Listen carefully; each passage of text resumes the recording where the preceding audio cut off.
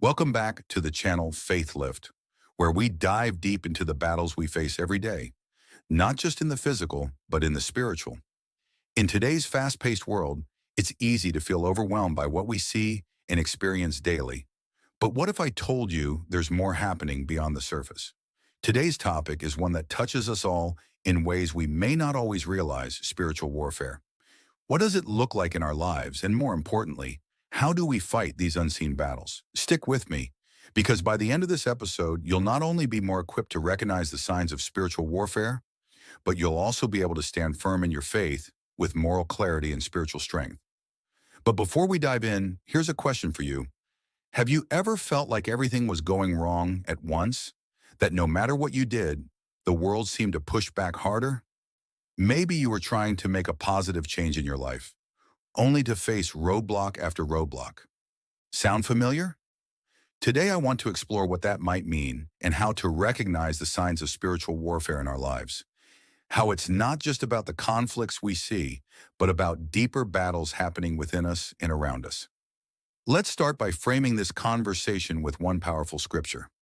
Ephesians 6:12 says, "For we do not wrestle against flesh and blood, but against the rulers, against the authorities, against the cosmic powers over this present darkness, against the spiritual forces of evil in the heavenly places."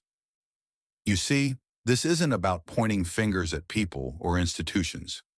Spiritual warfare is about the tension between light and darkness, good and evil, within every aspect of our lives.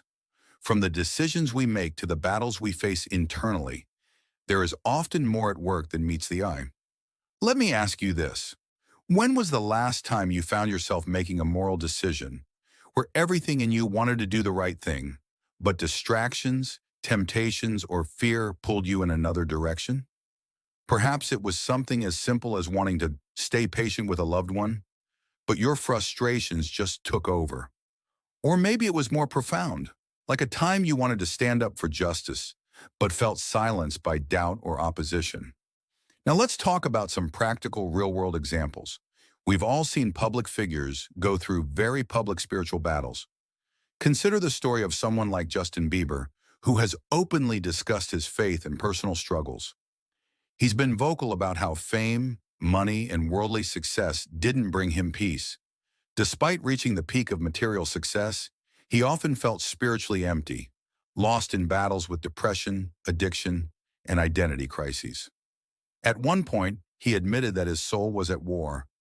Or think about Simone Biles, who withdrew from parts of the 2021 Tokyo Olympics due to mental health struggles.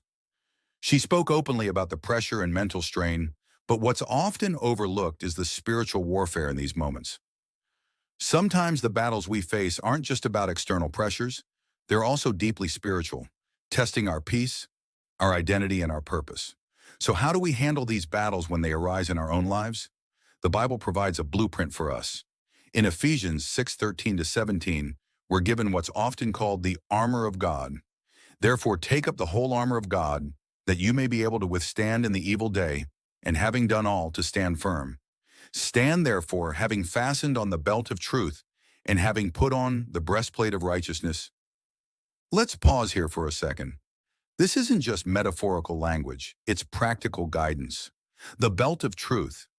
How often do we see truth twisted in our media today? How do you discern truth when lies are so cleverly packaged? The breastplate of righteousness. In a world that celebrates self-promotion, how do we protect our hearts from selfish desires and instead seek righteousness? I want you to reflect on this. Which piece of the armor do you think you need the most right now? Maybe you're struggling with truth, navigating through misinformation in your daily life. Or perhaps your heart feels unprotected from bitterness, anger, or fear. Take a moment to think about it. Another crucial element of spiritual warfare is discernment. Have you ever wondered why it seems like when you're on the verge of breakthrough, whether in your career, your relationships, or your spiritual life, that's when you face the most resistance? That's no coincidence. Let's take a moment to think about the distractions in your life. For some, it might be overworking, trying to make ends meet, or striving for success. For others, it could be social media, the endless scroll, the comparison, the noise. And yet, through all this, there's a quiet voice calling us to peace, to truth, to purpose. Are we listening? I want to bring this back to the scripture we mentioned earlier. For we do not wrestle against flesh and blood. It's important to understand that the struggles we face often aren't just surface-level issues. They are spiritual attacks meant to disrupt our peace, our relationships, and our purpose. But here's the good news. We don't fight these battles alone. One of the greatest tools we have in spiritual warfare is prayer. If you're listening right now and you feel like you're in the middle of a battle, whether it's an internal one or something external, I invite you to take a moment right now to pray. Ask for clarity, for strength, for God's guidance. So what's the next step? How do we equip ourselves daily for these battles? I encourage you to reflect on Ephesians 6 this week. Meditate on the full armor of God and ask yourself, which areas of my life need reinforcement? Is it your faith, your integrity, your focus on truth? Before we close, I'd love to hear from you. What battles are you facing right now? Have you experienced spiritual warfare in your own life? Feel free to share your story in the comments.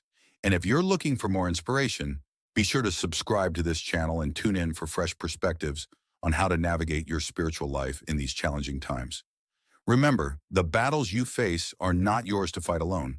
Until next time, stay grounded, stay focused, and most of all, stay prayed up.